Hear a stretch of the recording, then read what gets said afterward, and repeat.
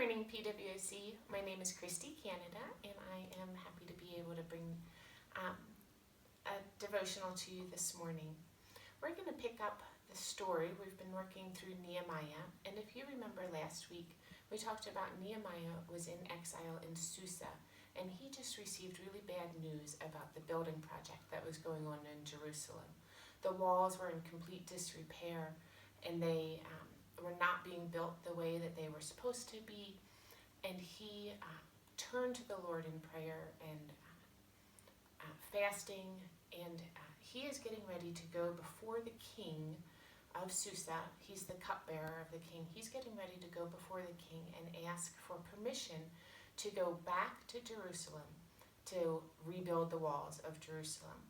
So we're going to pick up the story in chapter 1, verse 11, and take a look at his prayer.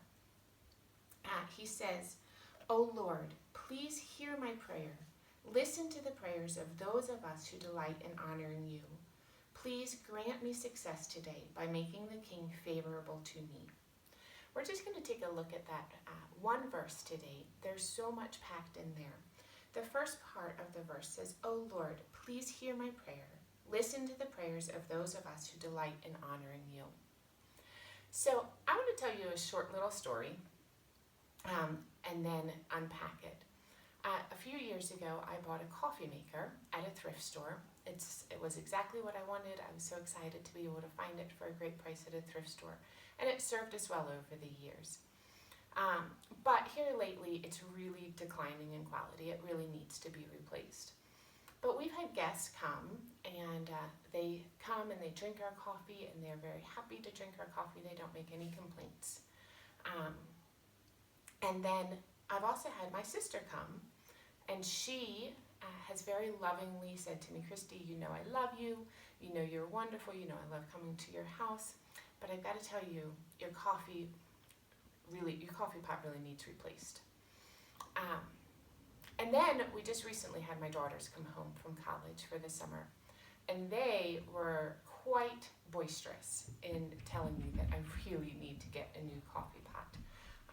And they're not just wanting any coffee pot. They are telling me, looking up on Amazon, these fabulous coffee pots that are really expensive and really wonderful, but they are dreaming big dreams.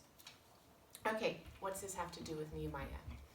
See, the position that we have in a relationship depends on the way that we ask for things.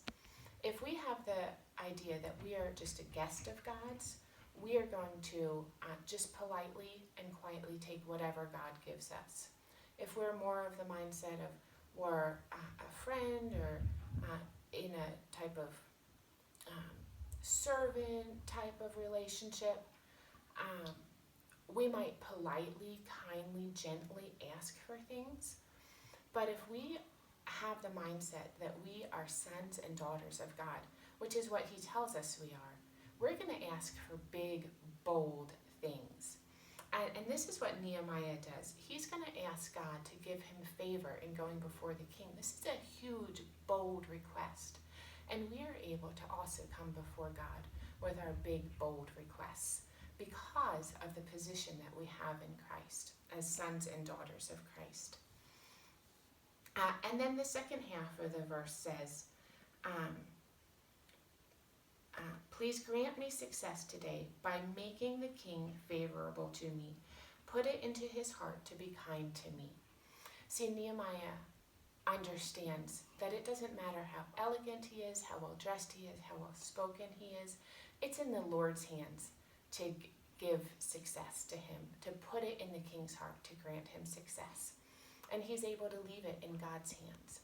So today I want to challenge us, PWC, to recognize our position in Christ as sons and daughters, and because of that position, we are able to ask for big, bold things, and then we can leave it in God's hands.